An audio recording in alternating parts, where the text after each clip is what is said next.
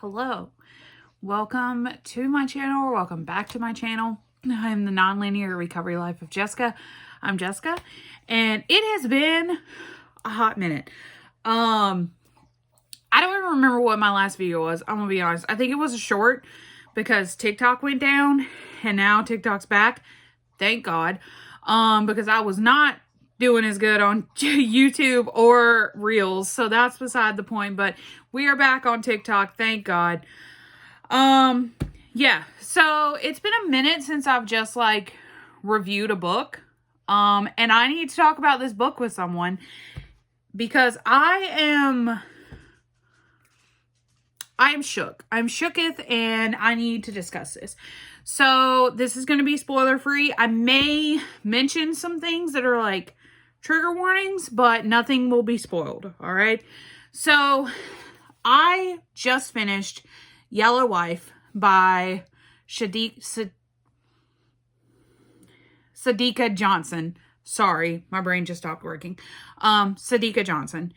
And this was amazing. And I think this is going to be one of my top books of the year, if not top books of all time.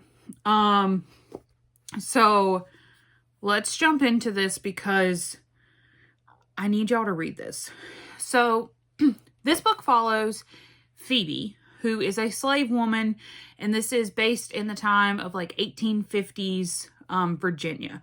So obviously by the title and by the historical context, you know where we're going with this. So basically this is during slavery. This is right before the American Civil War, and it deals with Phoebe growing up very blessed because her mom is the medicine woman of the plantation where they are at, and the master's sister really kind of connects with Phoebe and teaches her to read and write and also play the piano, and she really takes her in almost as her own daughter. So Phoebe obviously is very sheltered when it comes to the realities of slavery during the time. But she was loved by, I believe her name was Sally, who was the master's wife, or sister, sorry. So unfortunately, when the book picks up, Sally has passed away, and now Phoebe is kind of struggling with that loss, but also now struggling with a little bit more of the realities of, slave life. So, the book kind of follows her throughout because a couple situations go down, where originally she was supposed to be signed off, by her master when she was 18 to become free. And that was a deal that her mother and the master made together. And unfortunately, due to some circumstances, that does not follow through. So she ends up being sold to a man who runs a slave prison. And he's also kind of the prison is the holding cell basically for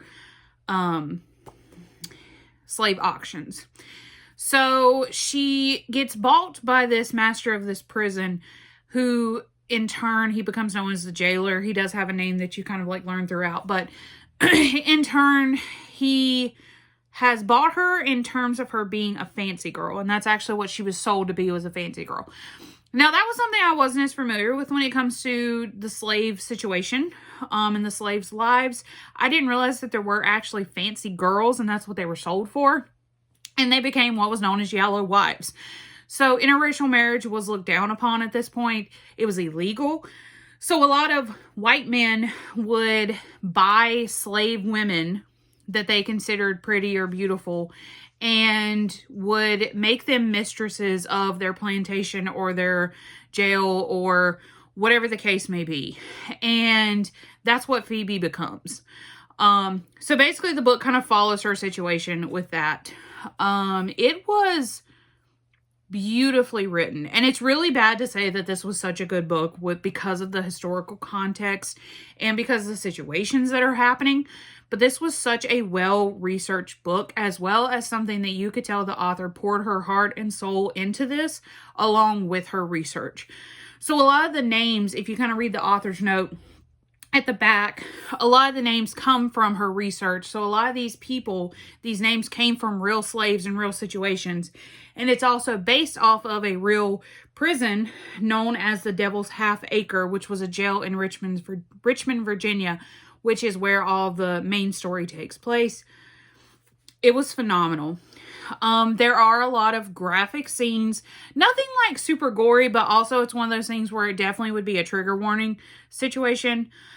There's some loss of like, there was a miscarriage that happened. It was very graphic. There are obviously some scenes, very descriptive scenes of beatings and just a lot of different things happening, mainly because of the historical context. But it is one of the most beautifully well-written historical fiction novels I've read in a while. And I tend to not read historical fiction as much as I would like because they are heavy usually. But this one had been calling to me. I've had this one for a while. And I moved it up on my TBR when I was rearranging some things. And I left it out primarily to read it. I did do the audiobook, but I think I would have liked it just as much reading it physically. Obviously, there's some language in here, which is tough to hear, but unfortunately, that was the reality for a lot of these slaves' lives, which was just horrendous. You truly feel like you're in this story with her, and it is phenomenal. So I highly recommend it. Obviously, as I said, check your trigger warnings. I didn't want this book to end, truly, and a lot of people seem to have given it 4 stars just because of not wanting the book to end, and because the ending is kind of, it lacks a little bit of luster, which I wish would have maybe fleshed itself out a little bit better, but I kind of understand why it ended the way it did. But highly, highly recommend.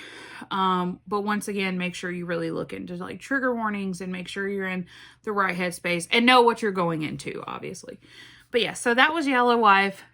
Top 5, like probably one of my favorite books of the year so far, and possibly one of my favorite like books of all time, as I said. So once again, this is Yellow Wife by Sadeqa Johnson. It's not that long. I believe it was like 7 hours audio maybe. And it's 277 pages with acknowledgments and author's notes. So highly recommend. I hope you guys are doing well. Let me know what you're reading. Yeah, I'll see you guys later. Bye.